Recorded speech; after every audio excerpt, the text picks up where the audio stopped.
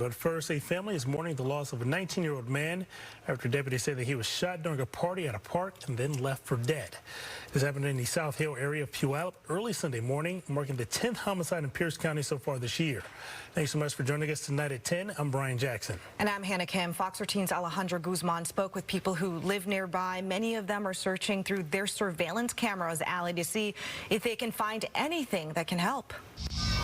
Many of the neighbors I spoke with, they're on edge. They didn't want to speak to us on camera in fear of retaliation, but you can take a look around and see for yourself just how dark this area is.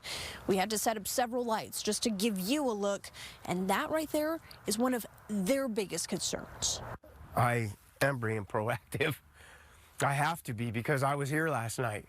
And I would never, ever think about this. Brian Frazier is a single dad to 7-year-old Isabella. She loves to play at the park.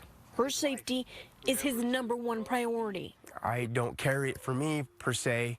I carry it to protect my child. They live across the street from the park, where a bench was pierced by a bullet Sunday morning. Loved ones now paying their respects for a 19-year-old teen. He's gone. He's lost. He's only a child. The father and daughter were here Saturday well into the evening. Some neighbors say they've had issues with teens partying and drinking. There was no parties here. It was a bunch of kids. It was like 6 little girls and her. He says teenage boys were playing basketball out on the courts.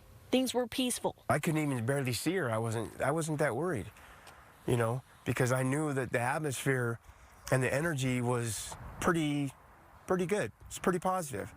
When we all left. A few hours later, deputies were called out to the park in the Limpoma First neighborhood after several people heard gunshots and screeching tires. Deputies drove up and down, but no one was in the area.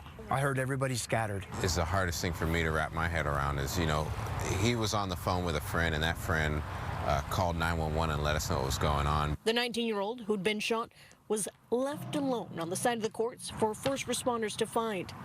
He died. Sergeant Darren Moss says 911 callers reported several teens in the area. Evidence collected, he says, points to a party at the park, an issue some neighbors say has been ongoing for weeks. Neighbors have turned over their home surveillance videos to help with the ongoing investigation. It was senseless over something stupid. Help somebody's family who's grieving right now because their son was killed, probably over nothing.